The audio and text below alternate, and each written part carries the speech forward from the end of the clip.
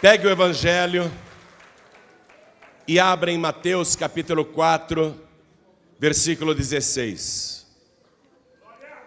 Evangelho de Mateus capítulo 4, versículo 16. Todos já acharam?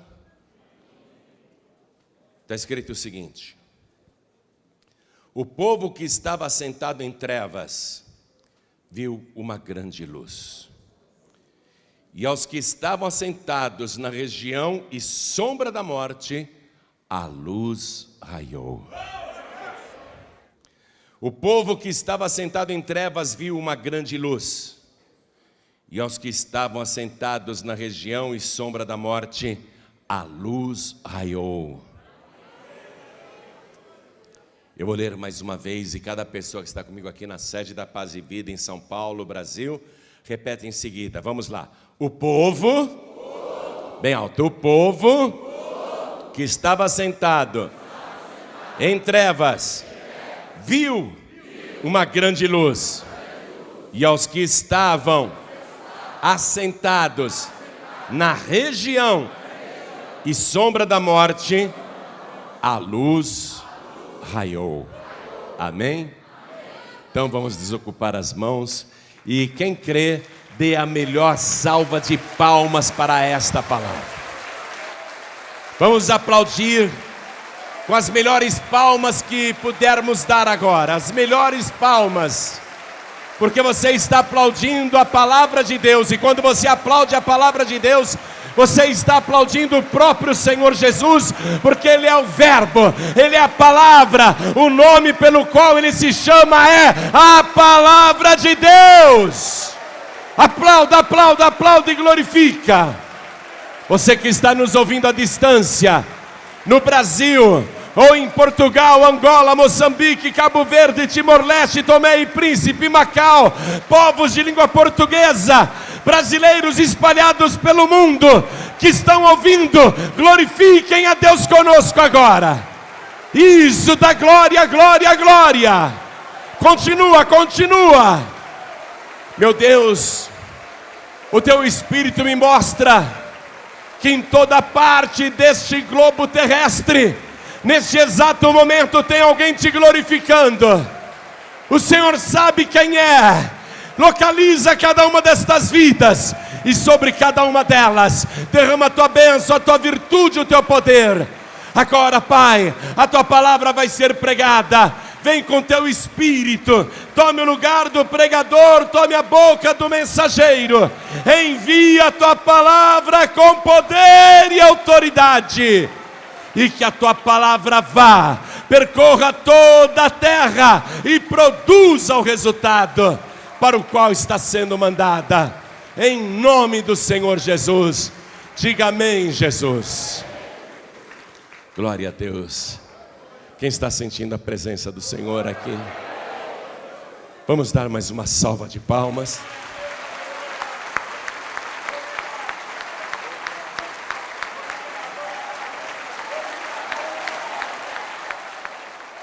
Amados, antes de o Senhor Jesus pisar neste planeta, as pessoas estavam vivendo muito mal.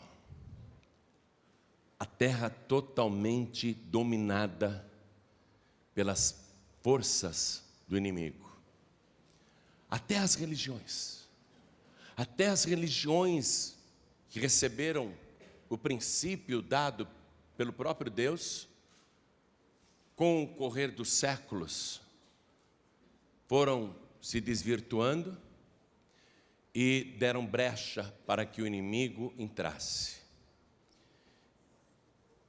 E quando Jesus Cristo se manifestou neste mundo, aos 30 anos de idade, Ele iria começar um trabalho muito difícil.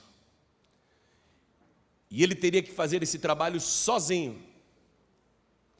Uma tarefa gigantesca, mas Ele não poderia contar nem com a ajuda de Deus e nem com a ajuda dos anjos de Deus. Inclusive, no momento da sua prisão, quando Pedro tirou a espada e reagiu, e chegou a ferir até um soldado do templo chamado Malco,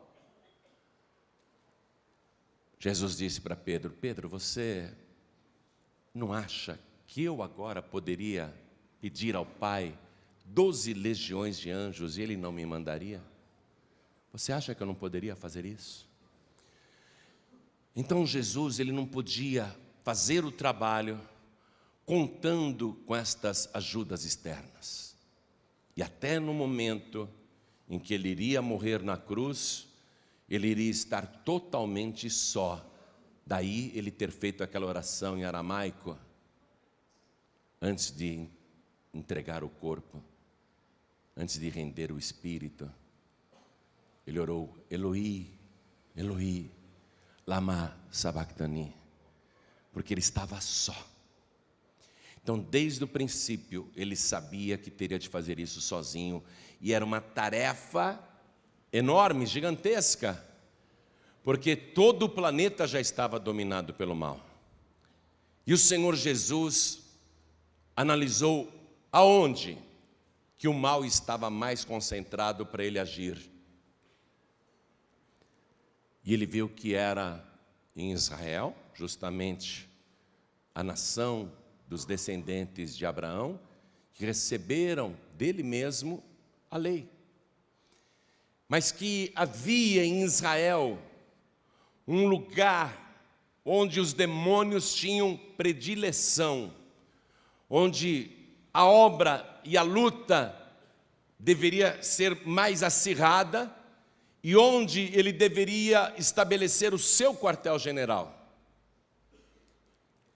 A cidade de Cafarnaum, a Galileia dos gentios, um território onde só moravam pagãos e estrangeiros, porque na Judéia e em Jerusalém, o orgulho espiritual havia tomado conta dos descendentes de Abraão, e eles não toleravam os outros povos, e somente eles iriam para o céu.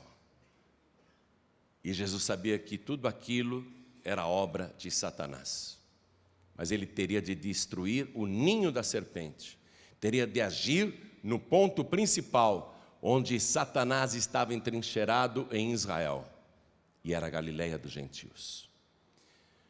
Por isso que a profecia de Isaías no capítulo 9, versículo 1, começa dizendo praticamente o que eu li aqui para você, e que está em Mateus capítulo 4, versículo 15, onde o evangelista Mateus citou a referência. Ele diz assim, versículo 15: a terra de Zebulon e a terra de Naftali, junto ao caminho do mar, além do Jordão, a Galileia das nações, o povo que estava sentado em trevas viu uma grande luz. E aos que estavam sentados na região e sombra da morte, a luz resplandeceu. Lá era a região da sombra da morte. O triunfo de Satanás é a morte, porque ele veio para matar, para roubar e destruir. Lá era a região da morte. Você está compreendendo por que Jesus tinha que agir em Cafarnaum e na Galileia? Porque Satanás tinha ali o seu triunfo, a morte, as trevas. Então Jesus foi para lá. O diabo estava tão mal acostumado em Israel que ele frequentava igrejas. O diabo era assíduo frequentador da sinagoga de Cafarnaum, a principal igreja daquela cidade. Na verdade era uma aldeia, mas já com pujança de cidade. O diabo frequentava a igreja religiosamente. Estava tudo tão dominado que Satanás frequentava a sinagoga. Aí Jesus Cristo se muda justamente para o ninho da serpente, e ele vai primeiramente na sinagoga de Deus, que na verdade havia se transformado na sinagoga de Satanás. Tanto que ele fala isso em Apocalipse várias vezes. Ele vai na sinagoga que deveria ser de Deus, mas onde Satanás tranquilamente participava dos trabalhos daquela igreja. E quando Jesus entra naquela igreja, naquela sinagoga, porque a sinagoga é a igreja dos judeus, quando ele entra lá, o demônio fica oriçado. O demônio se manifesta num homem, num frequentador, num religioso. E pela fala do demônio, a gente percebe que não era um só demônio, mas muitos. E o demônio diz, com aquela voz horrível, né? O que vieste fazer aqui, Jesus? O que o senhor veio fazer aqui? O diabo estava tão à vontade na igreja, que o diabo diz, o senhor está no lugar errado. O que o senhor veio fazer aqui? Isso aqui é a sinagoga de Satanás. O que o senhor está fazendo aqui nessa igreja? O diabo não se conforma que o próprio Deus tem entrado numa igreja que não tem nada de Deus. O que vieste fazer aqui, Jesus? E o diabo, não recebendo resposta, ele pergunta de novo, vieste destruir-nos? Falou no plural. Era um homem possesso, mas vários espíritos imundos nele, que frequentavam a igreja, que estavam naquela igreja. Por quê? Porque ali era a região da sombra e da morte. O povo estava em trevas. Ninguém sabia discernir o que era de Deus e o que não era. E para um cego espiritual, é difícil mesmo entender, discernir. Deve ser de Deus, porque aqui é uma sinagoga. Aqui se fala de Deus, o cego ele não percebe. Porque todos estavam na escuridão espiritual. O povo de Cafarnaum e da Galileia era um povo triste. Era um povo miserável. Era um povo sem oportunidades e um povo sem esperanças. Um povo que já estava há centenas e centenas de anos, por vários e vários séculos, vivendo o mesmo estilo de vida. Os estrangeiros que mudavam para a Galileia traziam seus costumes religiosos, seus rituais de feitiçarias, suas obras das trevas, seus ídolos, seus deuses, suas divindades, suas entidades. O território estava todo dominado. Aquele povo vivia na escuridão, vivia nas trevas. Aquele povo que nascia na Galileia e que vivia na Galileia ou que se mudava para a Galileia, era um povo que acordava pela manhã e não tinha prazer no dia. O dia se arrastava, cheio de necessidades, faltando trabalho, faltando comida, problemas familiares, angústias, doenças, sofrimentos. O povo que nascia na Galileia, que morava na Galileia ou que se mudava para a Galileia, era um povo que imediatamente ficava coberto pela densa escuridão, trevas. Trevas que não permitiam enxergar a luz. Tão escuras eram as trevas. Aquele povo que vivia na Galileia passava muita necessidade, porque o mar da Galileia já não estava produzindo alimento para tanta gente que se mudava para lá. E o que eles pescavam, além de comer, precisavam vender para Jerusalém e para a Judéia, para conseguir algum dinheiro. E eles eram paupérrimos, faltava dinheiro, faltava recursos para tudo. Aquele povo não tinha nada.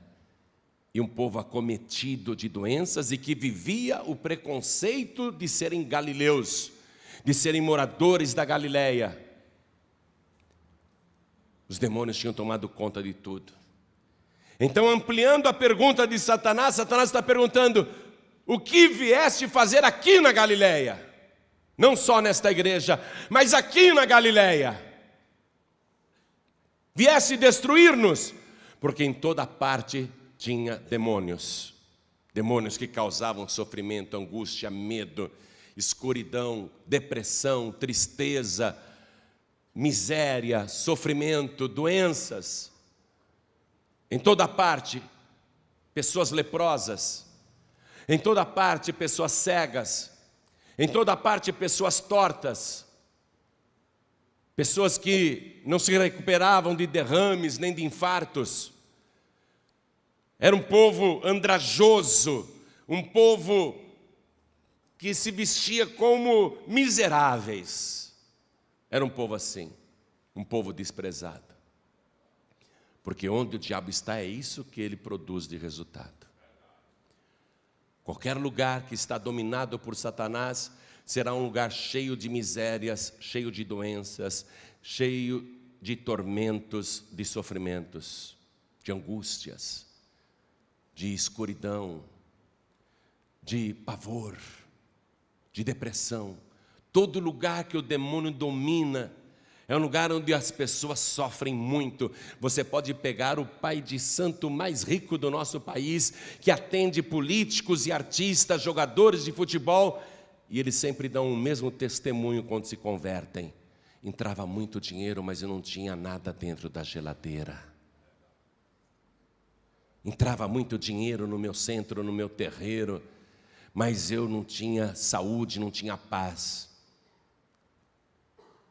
Eu me lembro do testemunho de uma mulher que disse: pastor, eu tinha o meu congá dentro de casa, eu atendia os principais políticos do Rio de Janeiro, eu atendia artistas da TV Globo, que eu não vou falar o nome.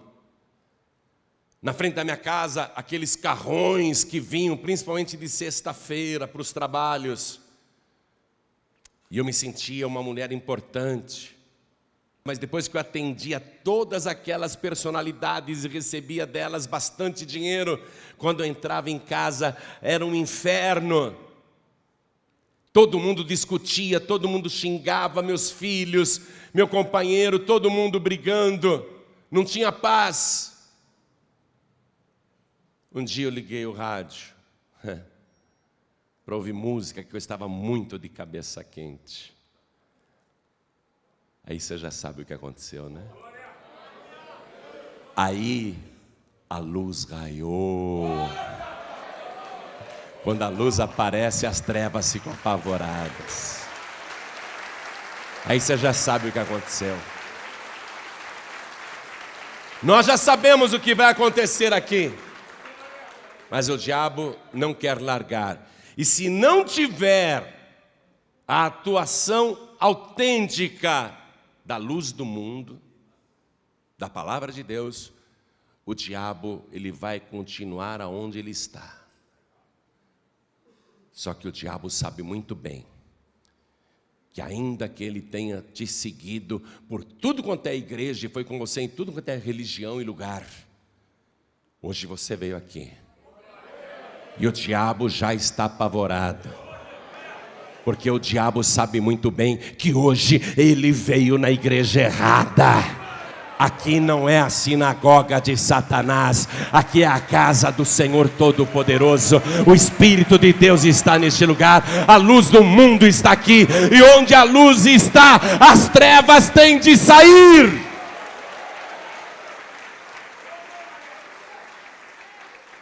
Quando aquele demônio perguntou se Jesus iria destruí-los, Jesus não deu resposta, porque um dia eles serão. Aí o diabo diz: eu bem sei quem tu és. Tu és o Santo de Deus.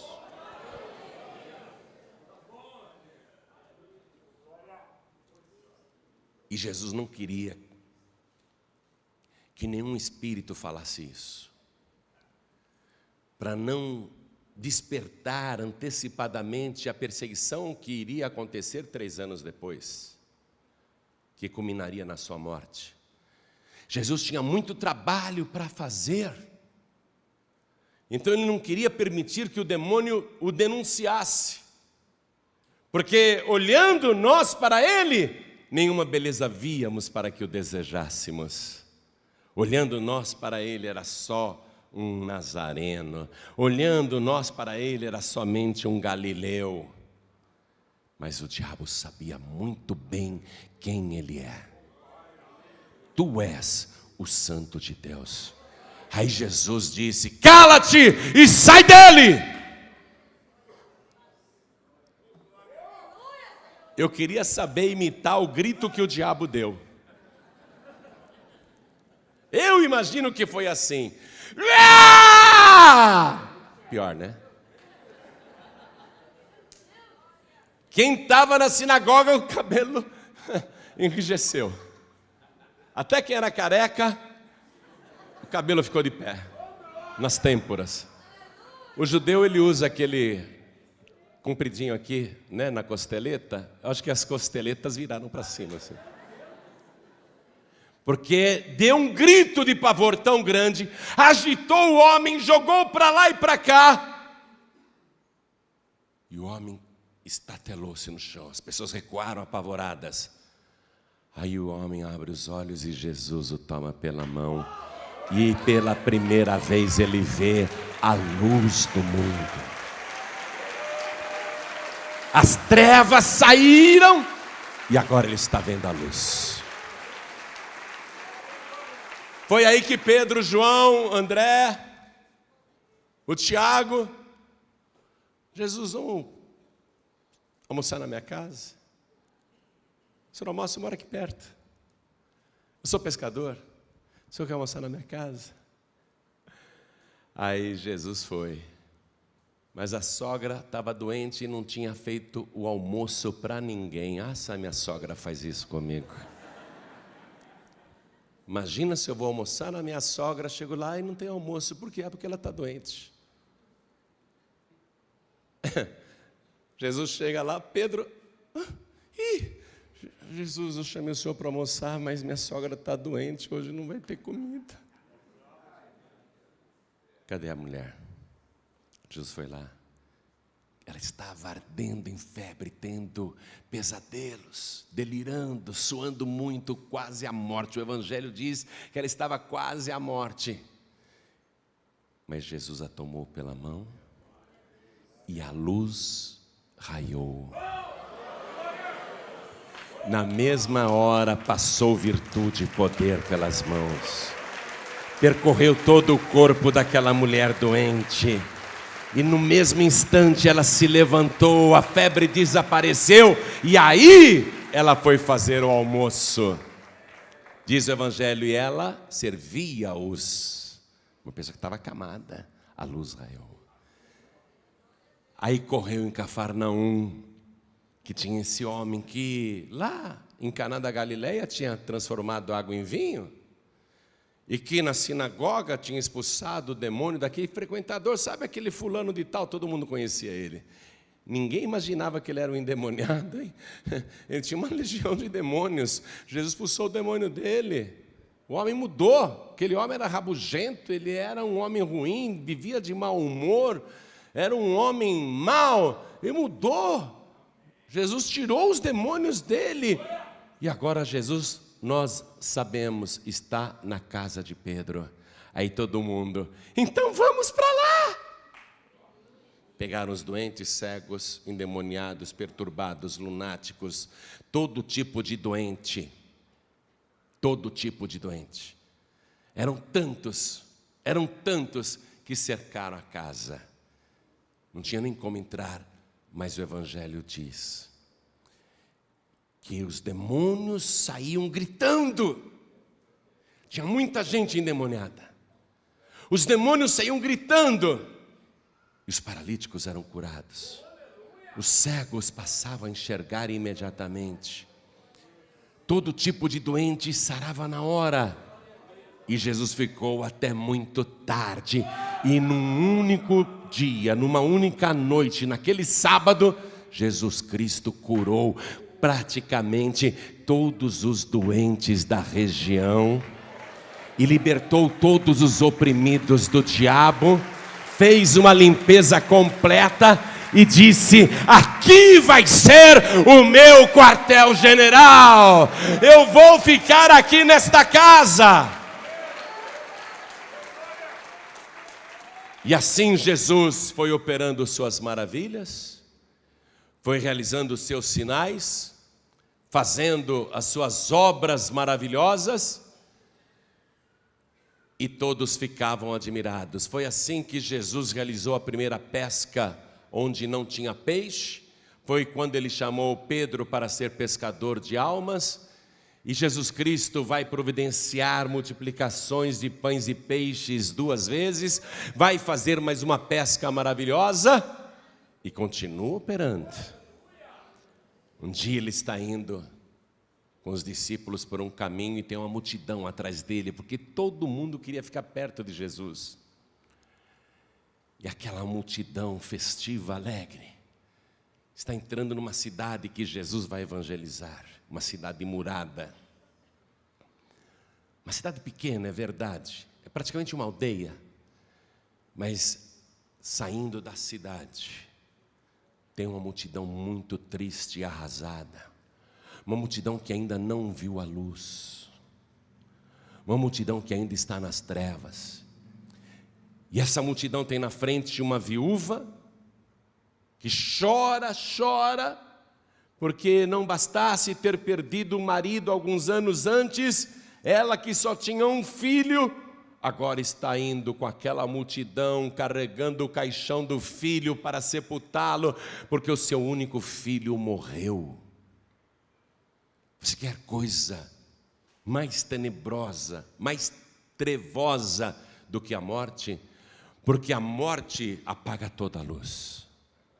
A morte traz escuridão. Até as pessoas que não foram atingidas pela morte, mas estão vendo um morto, ficam em trevas. A morte é um triunfo de Satanás. E Satanás estava com a sua multidão. A multidão nas trevas e na sombra da morte, levando aquele jovem que devia ter uns 12 anos apenas, morto, pálido, num esquife. E há um contraste grande entre quem é da luz e quem é das trevas. Os que são da luz e estão com Jesus, é uma multidão festiva, é uma multidão que comemora, é uma multidão que dá glórias a Deus, é uma multidão que vive sinais, prodígios e maravilhas, é uma multidão que está vendo Deus agir em todo o tempo, é uma multidão que só tem motivos para se regozijar. Quem está com Jesus é assim. A minha esposa costuma falar assim: quer ver o João Ribe triste? Pega ele na hora que vier um problemão, e aproveite os 15 segundos, que ele vai ficar triste. Se me vier um problemão, eu vou ficar triste 15 segundos. Mas você pensa que eu sou bobo alegre? Você pensa que eu sou um cara fantasioso? Um iludido? Um cara que vive com a cabeça nas nuvens? Eu não vivo com a cabeça nas nuvens, eu vivo com a cabeça no trono de Deus, eu vivo com a cabeça lá na glória. Pode vir o problema que for, pode vir a tormenta, a tempestade, pode vir todos os demônios do inferno, mas eu sei que eu estou com a minha cabeça e o meu pensamento, o meu coração firmes em Deus. Eu sou um homem alegre, mas porque eu estou na multidão que tem Jesus. Se você ficar comigo com essa multidão, você vai ser até chamado de bobo alegre, boba alegre. Mas você vai saber que você não é nada disso. Você é uma pessoa bem-aventurada, uma pessoa mais do que feliz. Mas quem está nas trevas só chora, só sofre, tem depressão, angústia. E aquela multidão que está saindo da cidade de Naim é uma multidão muito triste e pesarosa, porque sentiu a dor, pobre mulher. Marido morreu e ela só tinha um filho. E a pior coisa que tem é um pai, uma mãe, fazer o funeral do próprio filho ou da filha. É uma dor, é uma dor, é uma dor que nunca passa. O pai e a mãe que sepultam um filho sofre uma dor que nunca passa. E quando é o dia do funeral, aquela dor é intensa. É como se fosse uma espada que atravessou o coração, a dor por dentro não tem fim. É uma dor insuportável. Esta viúva, esta mãe está com essa dor e ela chora, porque tem o direito de chorar. E ela está chorando, ela está vestida toda de preto, 2 lutos, não tinha nem tirado o luto do marido, agora o luto pelo filho, ela está chorando. Aí a multidão festiva encontra com aquela multidão que estava na sombra da morte, aquela multidão triste. E na frente da multidão festiva está Jesus, e ele para o cortejo. Ele põe a mão no caixão, no esquife, ele para a procissão para o cemitério. Ele para, ele olha para aquela mulher, a mãe que chorava tanto, e diz: não chores. Ele nem responde nada. Como que a gente pode chegar para uma pessoa e dizer não chore, né? Numa situação dessa? Pelo contrário, a gente chora junto. A gente fica tão comovido que a gente chora junto. A gente não tem palavras. A gente pode chegar para uma mãe que perdeu o filho e dizer: sinto muito. A gente pode chegar para uma mãe que perdeu a filha e dizer: eu lamento, meus pêsames. Mas nem eu, nem você, jamais chegaríamos para uma pessoa nessa situação para dizer esta frase imperativa que Jesus Cristo disse. Ele ordenou, ele não pediu. Ele disse: não chores. Ainda que haja muito carinho nessa frase, muito amor, é uma ordem. É uma ordem. Eu sei que tem mães aqui que perderam filhos. Eu sei que tem pais aqui que perderam filhos. Eu, João Ribe, choro com você. Mas Jesus Cristo hoje está te dizendo: não chores. Ele está dando uma ordem: pare de chorar. Não chore mais por isso. Eu sei que o Espírito Santo está falando com alguém em especial, tanto aqui na igreja como pelo rádio agora. Pessoas que perderam até a alegria e o sentido da vida, porque o filho morreu, a filha morreu. Mas Jesus Cristo está falando com você também: não chores. Eu não sei se a mulher parou de chorar. Eu não sei se ela ignorou o que Jesus disse. Eu não sei se ela pensou: como não chorar? Eu perdi meu único filho. Eu achava que era ele que na velhice iria cuidar de mim. Eu achava que esse meu filho ia ter um futuro, ia casar, ia me dar netos, eu voltaria a ter família. Agora não tenho nada, eu não tenho mais família. Quem sabe se ela pensou tudo isso. Eu esperava tanto que esse meu filho um dia se casasse. Eu esperava tanto que um dia esse filho me desse netos e netas e cuidasse de mim quando eu ficasse bem velha. Eu não esperava morrer tão jovem. E vem esse estranho aí, nem conheço, vem falar para eu não chorar. Será que ela pensou tudo isso? Talvez sim. Ou de repente, ouvindo aquela voz que ela nunca tinha ouvido antes, ela parou de chorar. Quem sabe o que aconteceu? Ninguém dá esse detalhe. Quem sabe na mesma hora ela parou o choro, não sei. Eu só sei o que está escrito. E o que está escrito é que Jesus olhou para o defunto. Aquele defuntinho, magrinho, branquinho, estava pálido. O sangue já tinha descido para as costas. Aquele defuntinho estava todo enfaixado, porque eles enfaixavam os defuntos, colocavam especiarias, ungüentos, perfumes. Jesus olhou para aquele defunto no caixão. Só Jesus. Ele está na região da sombra e da morte. Ele está vendo ali o que o diabo faz até com criança. Até com criança, olha o que o diabo faz até com criança. E Jesus Cristo diz: menino, eu te digo, levanta-te. O pessoal segurando o caixão e olhando. O defunto abre os olhos. Aí ele se senta no caixão. E todo mundo segurando o caixão e ele sentado agora. E ele olhando em volta. Mãe! E a mãe: filho! Cadê o choro? Cadê o choro? Aquela mulher chorou a noite inteira, mas a palavra se cumpriu. O choro pode durar uma noite, mas a alegria vem pela manhã, quando você encontra o Senhor Jesus.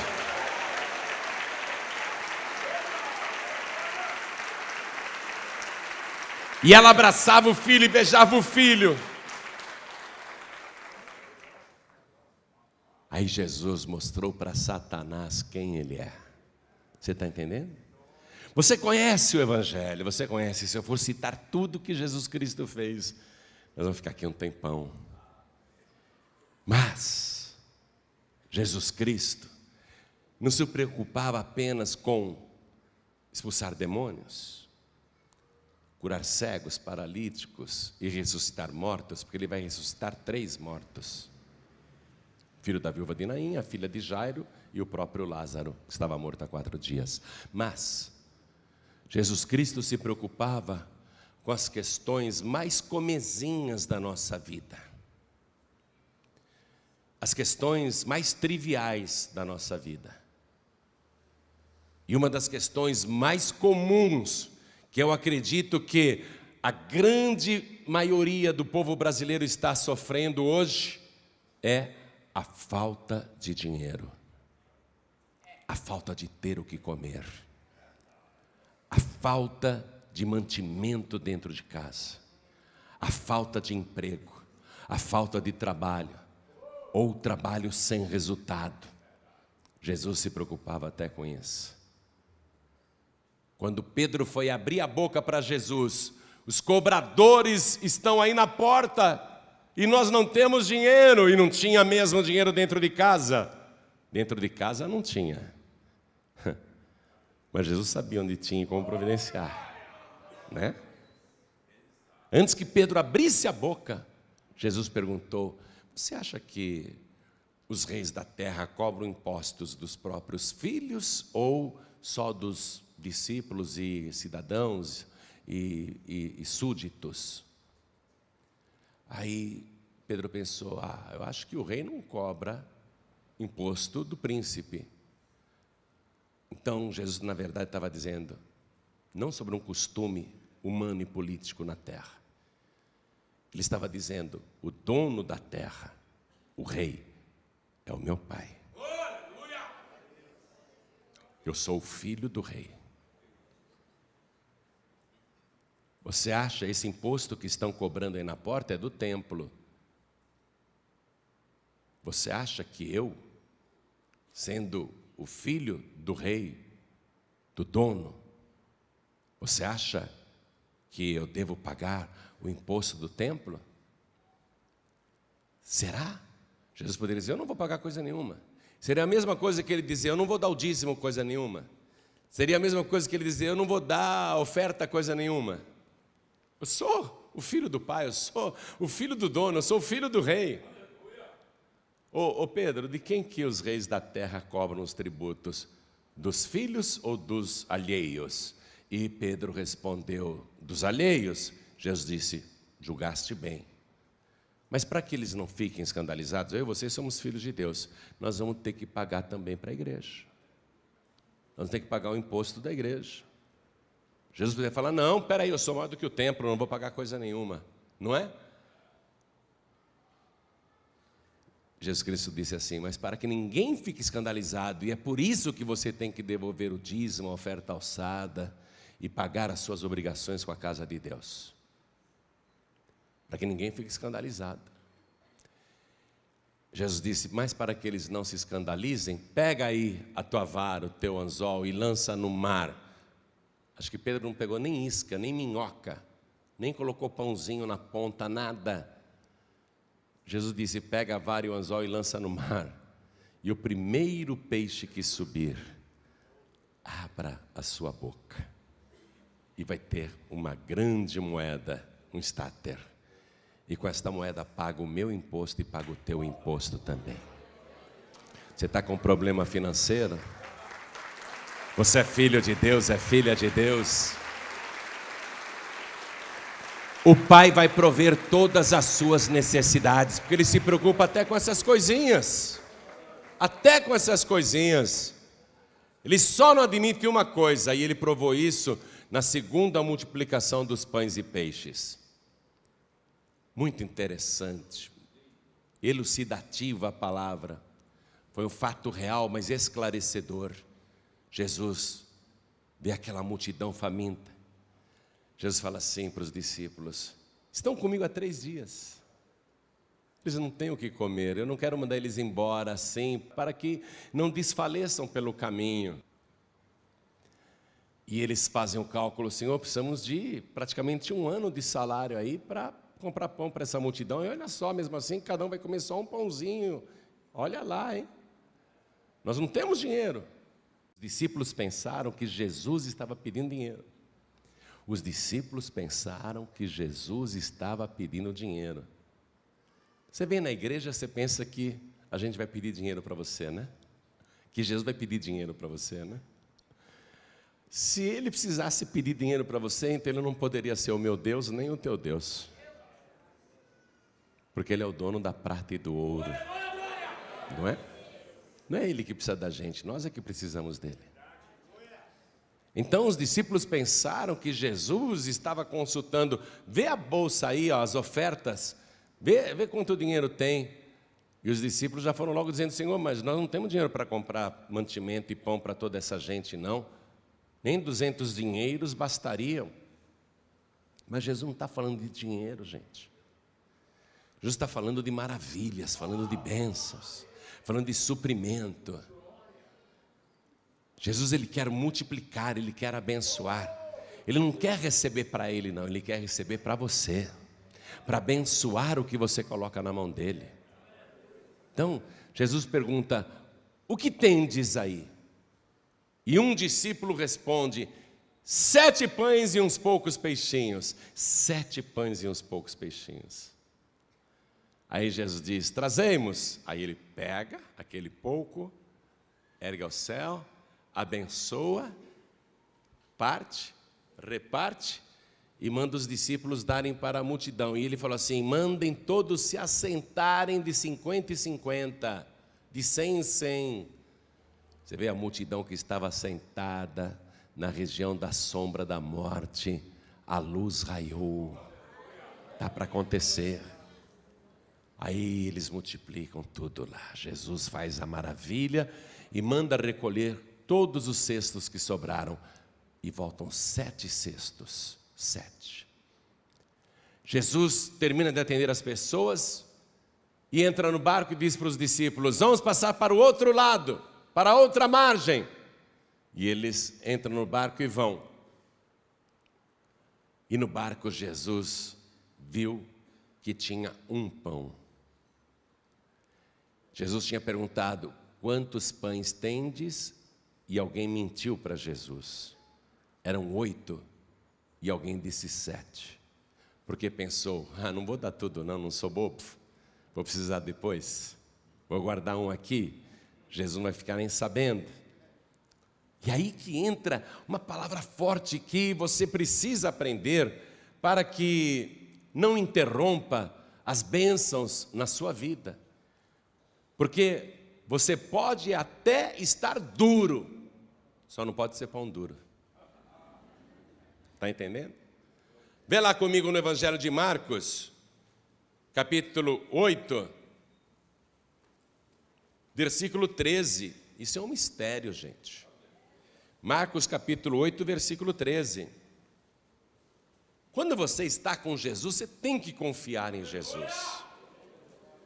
Você está vendo as maravilhas que Ele opera, as coisas que Ele faz, como Ele se antecipa para a sua necessidade.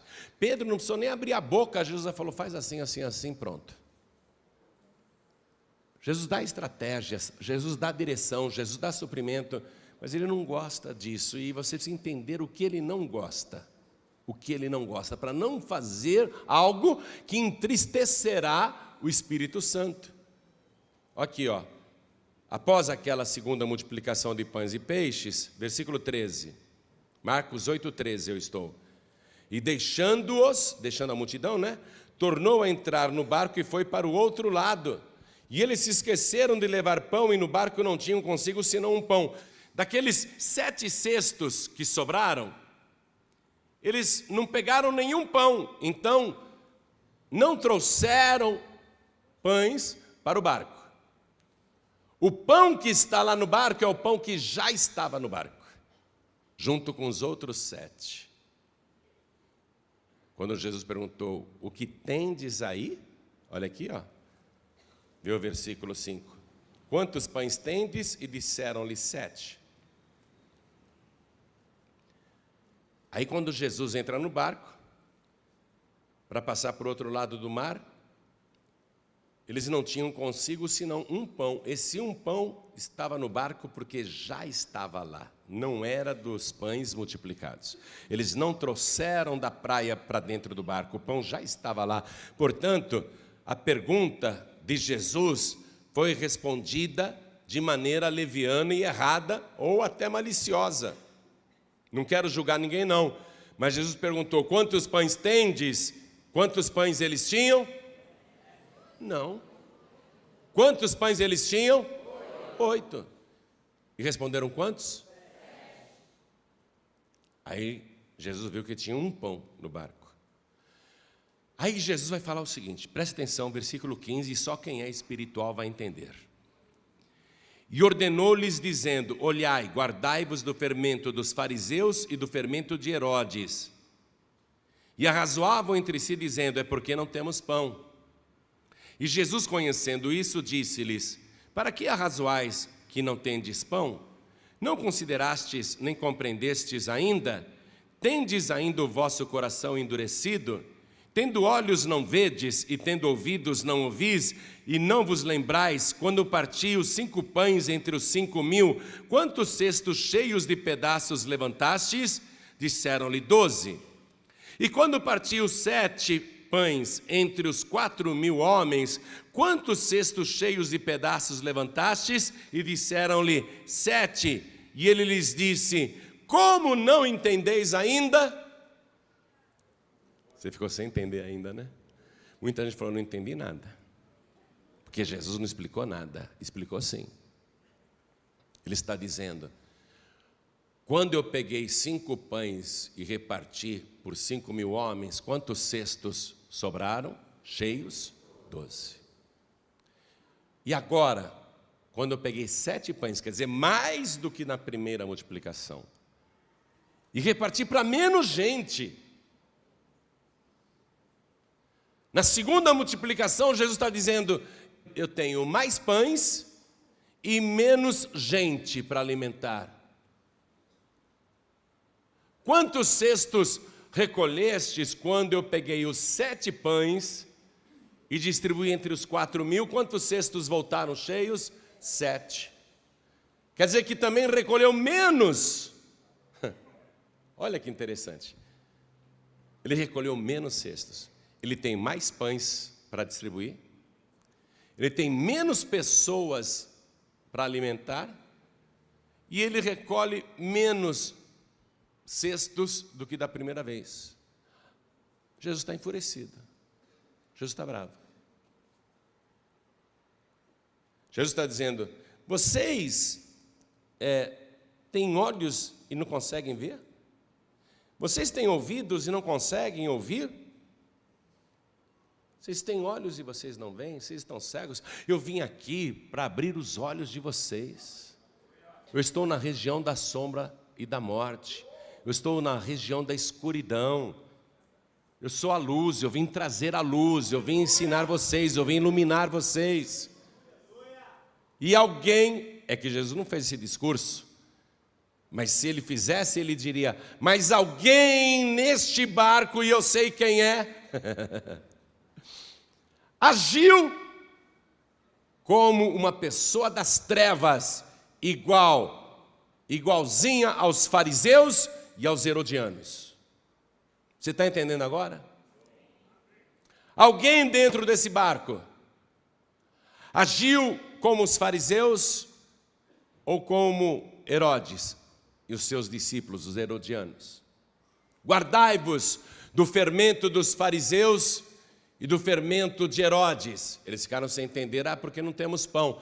Jesus está falando o seguinte: qual é o fermento dos fariseus e qual é o fermento de Herodes?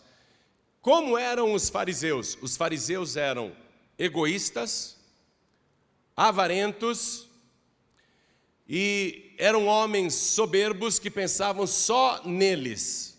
E os herodianos? Os herodianos eram homens ligados ao governo, não à religião, ligados ao governo, eram, na grande maioria, de partido político, eram políticos, e você sabe que desde aquela época de Jesus, como que os políticos eram honestos. Não é? Os herodianos, eles eram desonestos, eles eram corruptos, eles eram ladrões, eram avarentos e tinham ganância, muita ganância. Jesus, tudo isso só por causa de um pão? Só por causa de um pão? É o fermento, meu filho. Um pouquinho de fermento leveda a massa toda. Não é? A senhora está fazendo lá um bolo ou um pão, um pouquinho só de fermento faz o bolo inteiro crescer. A senhora não põe fermento nenhum, o bolo fica murcho. É o fermento. Era só um pão. Não é a questão de um pão, é a questão do fermento. Quando você deixa uma pitadinha do fermento dos fariseus dentro de você, quando você deixa uma pitadinha de nada do fermento dos herodianos em você, o resultado que Deus quer operar na sua vida será prejudicado por causa desse pouquinho de fermento. Foi por causa de um pão que Jesus Cristo não conseguiu recolher mais cestos. Ao invés de ter sobrado 7, já que ele tinha 7 pães, ele tinha que ter sobrado pelo menos aí 12, com mais 5, teria que ter sobrado pelo menos 17 cestos, proporcionalmente falando. Teria que ter sobrado 17 cestos, era para ter sobrado mais e sobrou menos. Por causa do quê? Do fermento dos fariseus e dos herodianos. E o que Jesus está dizendo aqui? Olhai, guardai-vos, olhai, tem que vigiar, gente.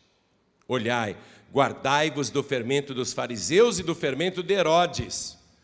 Aí Jesus disse: como não entendeis ainda? Eu estou explicando para você por generosidade. Estou explicando para você entender. Mas Jesus ficou chateado. Eu vim trazer a luz e estas pessoas estão se comportando como pessoas das trevas. Você está entendendo o que atrapalha o milagre na tua vida? O que impede Jesus de operar maravilhas em você? É quando você deixa de olhar para a luz e começa a olhar para as trevas. É quando você, ao invés de pensar como ele pensa, você começa a pensar como as trevas pensam. É quando você deixa uma pitadinha desse fermento entrar no teu coração e teu coração fica todo fermentado. Preste atenção nisso. Jesus não precisa de você. É você quem precisa de Jesus. Não é você que dá para Ele. Você põe na mão dEle depois. Abençoar e multiplicar é com Ele. E volta para você. Tanto na primeira como na segunda multiplicação, volta sempre o cesto cheio. E quem fez a primeira, fez a segunda, tem poder para fazer a terceira. O que você não pode é deixar o fermento dos fariseus e dos herodianos entrar em você, porque eles não têm nada a ver com Jesus Cristo. Os fariseus e herodianos não têm nada a ver com Jesus Cristo. E quando você deixa esse pouquinho de fermento entrar no teu coração, Satanás começa a conquistar territórios dentro de você, e Jesus Cristo, a luz do mundo, vai ficando cada vez mais fraco na sua vida, e as trevas vão tomando conta. Sabe o que Jesus disse numa maravilha que ele fez? Olhou para um cego sentado no caminho, e os discípulos perguntaram: quem que pecou para que ele nascesse cego? Porque ele é cego de nascença. Por que ele nasceu cego? Foi ele que pecou ou os seus pais que pecaram? E Jesus disse: nem ele pecou, nem seus pais pecaram, mas foi assim para que se manifeste nele a glória de Deus. Eu sou a luz do mundo, eu vim ao mundo para que aqueles que veem não vejam, e para aqueles que são cegos vejam. Aí Jesus fez um lodo com a própria saliva e passou no olho do cego, e o cego passou a enxergar. Eu vou te dizer uma coisa: Jesus Cristo tem poder para fazer qualquer coisa na tua vida. Só não deixa as trevas entrarem. Abre o teu coração, deixa o Espírito de Deus entrar. Eu sei que você está machucado. Pastor João Ribe, sabe como que eu me sinto? Um vaso quebrado com os cacos espalhados por tudo quanto é canto. Eu sinto a minha vida despedaçada, eu perdi tudo. Minha família foi espalhada, a minha carreira, o meu dinheiro, eu não tenho mais nada, eu perdi tudo. Eu pareço um vaso quebrado. Ainda que você se sinta em cacos, Jesus Cristo tem poder não para ficar colhendo caquinho aqui, caquinho ali, caquinho ali. Ele pega todo esse caco que está a tua vida, entrega a tua vida para Ele do jeito que está. Ele vai pegar esse caco que você se transformou e Ele vai fazer uma nova massa. E Ele vai fazer um barro novo. Ele vai colocar a saliva dEle aí com você. Ele vai colocar a essência dEle em você. Ele vai colocar a sua pureza, não um fermento, a sua pureza, e você vai ser uma pessoa abençoada. Pastor João Ribe, eu estou esquecido nos corações de todos. Os meus filhos não se lembram mais de mim. Os meus amigos se esqueceram de mim. Eu estou como um morto no coração das pessoas. As pessoas não se lembram sequer de me visitar, ou de me ligar, ou perguntar como é que eu estou. Eu me sinto um morto-vivo. Ainda que você estivesse realmente morto, nós estamos com aquele que é a ressurreição e a vida. E Ele provou isso quando ressuscitou o filho da viúva de Naim. Ele provou isso quando ressuscitou a filha de Jairo. Ele provou isso quando ressuscitou o próprio Lázaro. E Ele provou isso quando saiu da sepultura ressuscitado. Ele é a luz do mundo e Ele é o pão vivo que desceu do céu. Quando Jesus foi com o barco do outro lado do mar, a multidão aqui deu a volta, aquele mar enorme, ó, e outros foram de barquinho atrás. E conseguiram alguns chegar até antes de Jesus. Aí Jesus fala assim: vocês estão me procurando só porque eu multiplico os pães. Mas trabalhem, não pela comida que perece, mas trabalhem pela comida que permanece para a eternidade. Eu sou o pão vivo que desceu do céu. Quem comer deste pão nunca mais terá fome. Aí Jesus disse: vocês têm que procurar a mim. Ao invés de correr só atrás do pão, que você come agora e daqui 2, 3 horas está com fome de novo, coma deste pão aqui, o pão vivo que desceu do céu, e nunca mais você terá fome. Sabe por quê? Porque eu não vou deixar faltar nada para você. Nunca mais você terá fome, porque eu não vou deixar faltar nada, nada. Não vou deixar faltar nada para você. Eu vou ser o teu pastor. Quem está falando isso é Jesus, não sou eu, tá? Jesus está dizendo: eu vou ser o teu pastor. E você vai dizer: o Senhor é o meu pastor, e nada me faltará. Deitar-me faz em verdes pastos, guia-me mansamente a águas tranquilas, refrigera minha alma, guia-me pelas veredas da justiça, por amor do seu nome. Ainda que eu andasse pelo vale da sombra da morte, não temeria mal algum, porque tu estás comigo, a tua vara e o teu cajado me consolam. Preparas uma mesa perante mim na presença dos meus inimigos, unges a minha cabeça com óleo, o meu cálice transborda. Certamente que a bondade e a misericórdia me seguirão todos os dias da minha vida, e habitarei na casa do Senhor por longos dias. Busquem o pão da vida, nunca mais vai faltar nada. Quem comer desse pão nunca mais terá fome, nem fome física, porque Ele suprirá, e nem fome espiritual, porque Ele vai te sustentar. Vamos ficar todos de pé.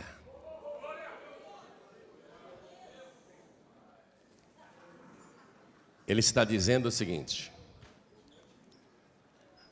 guardai-vos do fermento dos fariseus e de Herodes, e trabalhem não pela comida que perece, porque essa comida que você come, ela perece.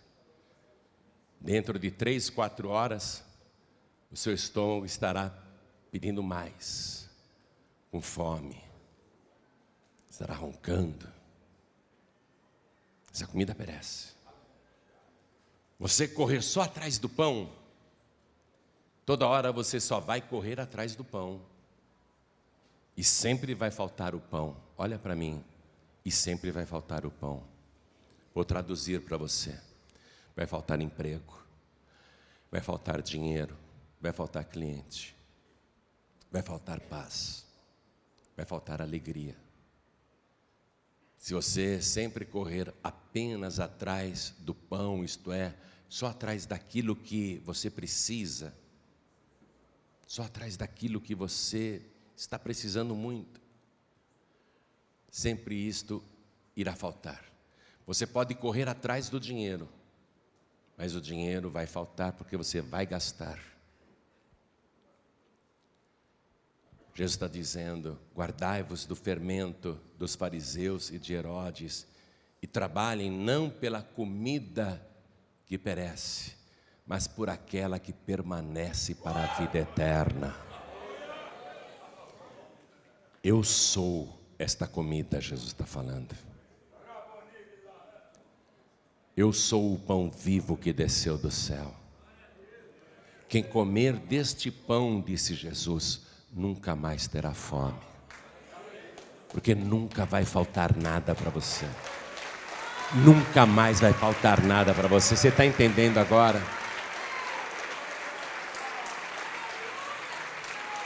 Não vai faltar nada.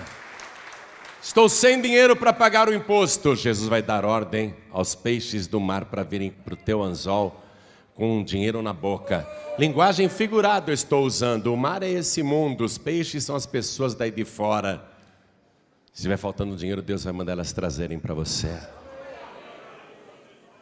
Vai vir emprego para você. Vai vir o dinheiro para você pagar teu aluguel, tua prestação. Vai vir o dinheiro para você pagar a escola do teu filho, pagar os teus impostos, pagar os teus passeios, as tuas viagens, inclusive a viagem para Israel. Vai vir tudo. Virá tudo. Vai vir tudo. Se você trabalhar pela comida que permanece, pela verdadeira comida, e Ele está dizendo: eu sou essa comida. Eu sou essa comida. Você tem que se esforçar por esta comida, ou seja, para se alimentar de Cristo. Como é que você se alimenta de Cristo? Através da pregação da palavra, através da oração, através da adoração, através de estar na presença dEle e através da mesa dEle. Através desta mesa que Ele preparou para você. na presença dos inimigos do inferno. Eu fico feliz quando estou em volta desta mesa. Ele preparou esta mesa e o diabo fica babando de vontade, mas ele não pode. Jesus preparou esta mesa na presença do meu inimigo. Mas Jesus está dizendo isso: eu sou o pão vivo que desceu do céu. Quem comer deste pão nunca mais terá fome. Traduzindo, eu sou o alimento que você precisa. Se você se alimentar de mim, nunca mais você terá falta de nada, porque eu tenho tudo o que você precisa. Mas eu em primeiro lugar, Jesus está falando, eu em primeiro lugar. E não deixe entrar o fermento de fariseus e herodianos. Jesus em primeiro lugar. Olhem todos para mim. Eu creio que você hoje veio aqui e Deus trouxe você por uma razão muito especial.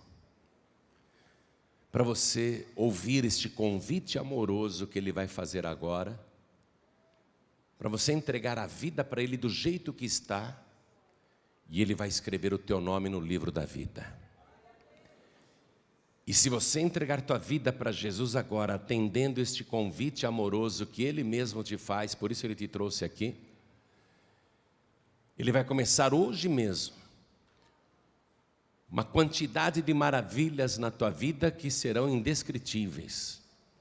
E a primeira maravilha que Ele vai operar na tua vida é te transformar de criatura de Deus para filho de Deus.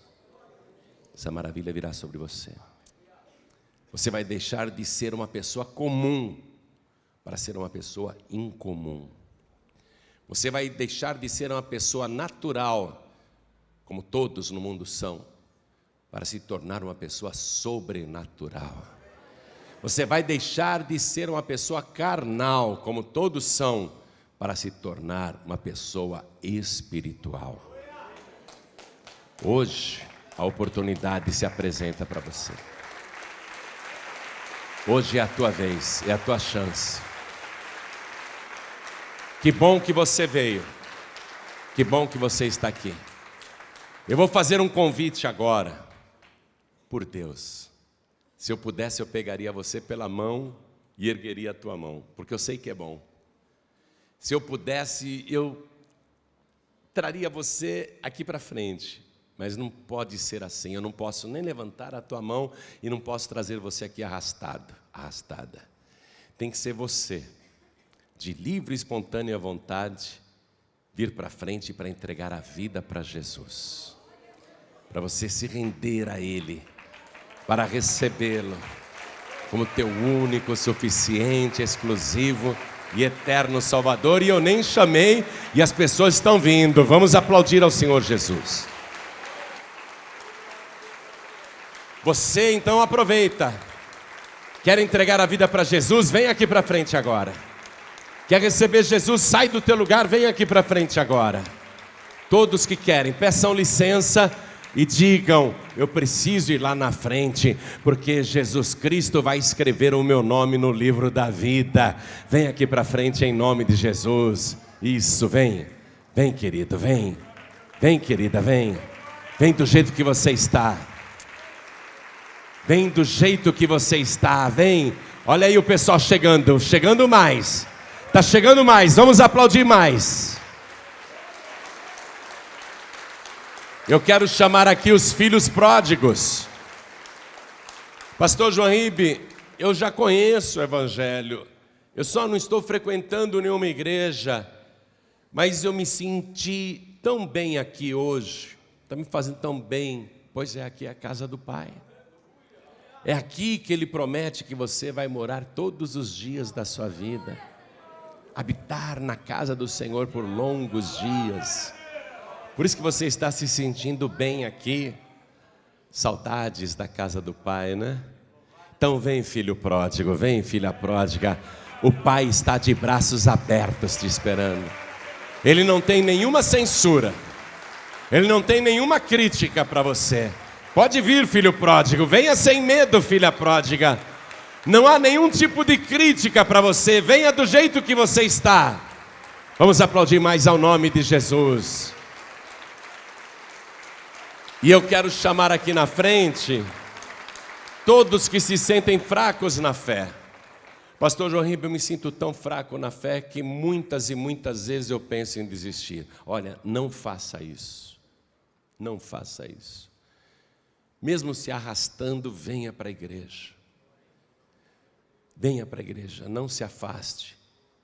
Permaneça na casa do Senhor, porque Jesus disse: quem perseverar até o fim será salvo. Eu fui pregar em Goiânia, assim como prego também no Rio de Janeiro, e nesses estados tem igrejas que pregam que uma vez salvo, salvo para sempre. Infelizmente pregam essa heresia, essa mentira. Não existe esse negócio, uma vez salvo, salvo para sempre, não existe. Jesus disse: quem perseverar até o fim será salvo. Judas Iscariotes foi salvo durante 3 anos. Durante 3 anos, Judas Iscariotes era salvo, mas na última semana ele perdeu a salvação, perdeu o Salvador, perdeu tudo. Jesus disse: coitado, melhor seria que não tivesse nascido. Uma vez salvo, você tem que perseverar para continuar salvo. Jesus disse em Apocalipse: ao que vencer, de maneira nenhuma riscarei o seu nome do livro da vida. Que história é essa, uma vez salvo, salvo para sempre? E você vê lá essas igrejas, os membros estão tudo no mundo, vivendo na esbórnia, sem qualquer compromisso com Deus, sem qualquer tipo de esforço de santidade. Porque pensa: eu já estou salvo, qualquer coisa que eu fizer não importa. E já foi enredado, enganado pelo diabo. Você está na sinagoga de Satanás. Pensa que é de Deus e não é. Pensa que é salvo e não é. Quem perseverar até o fim será salvo.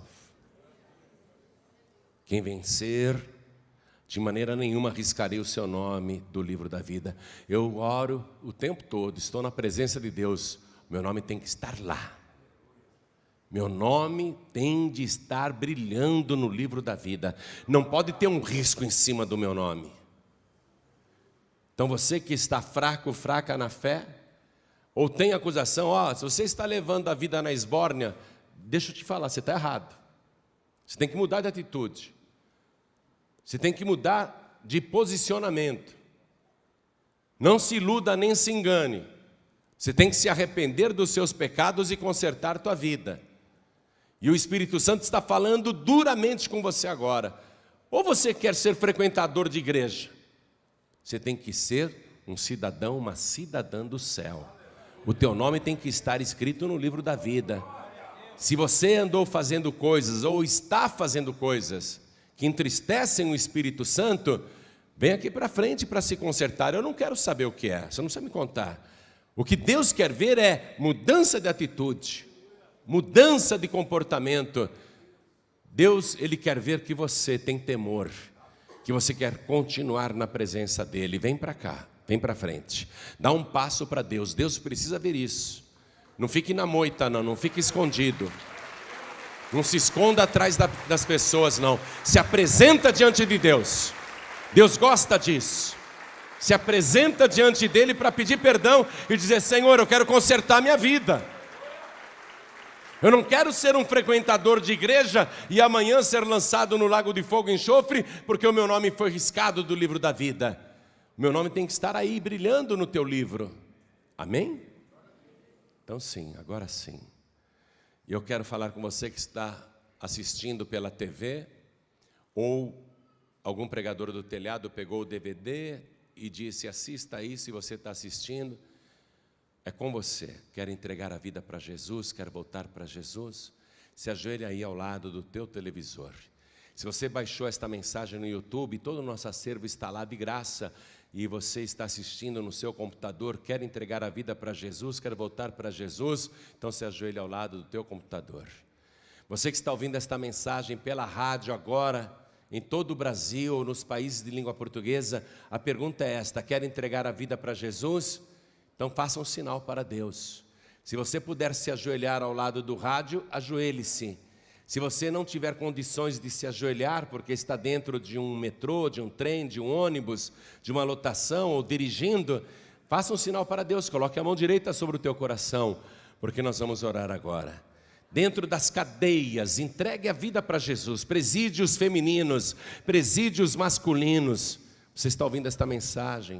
O Espírito Santo falou com você?